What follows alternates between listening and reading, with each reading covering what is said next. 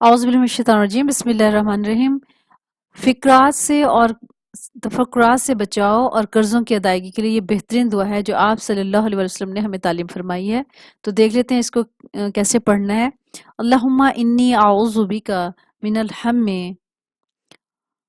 वल हुज़्नि व आऊज़ु बिका मिनल अज्ज़ि वल कसले व आऊज़ु बिका मिनल बुख़्लि वल जुब्नि व आऊज़ु बिका मिनल गलबतिद दैन नी व कहर रिजाल।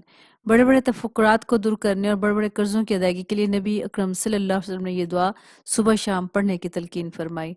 इसलिए अगर कोई परेशानी हो या कोई कर्ज़ा चढ़ गया हो या कोई फ़िक्र हो तो इस दुआ को सुबह शाम 3-3 दफ़ा पढ़ लें तो इंशाअल्लाह अल्लाह ताला से उम्मीद है कि ज़िंदगी के जो फ़िक्रात हैं, परेशानियाँ वो भी दूर होंगी और इंशाअल्लाह जो अगर कर्ज़ा है तो वो कर्ज़ा भी अल्लाह ताला उसको दूर कर देगा इंशाअल्लाह ताला। अल्लाह ताला हमें इल्म के साथ सही सुन्नत के मुताबिक अमल करने की तौफीक और सआदत नसीब फरमाए। आमीन या रब्बुल आलमीन। अस्सलामु अलैकुम व रहमतुल्लाहि व बरकातुहू।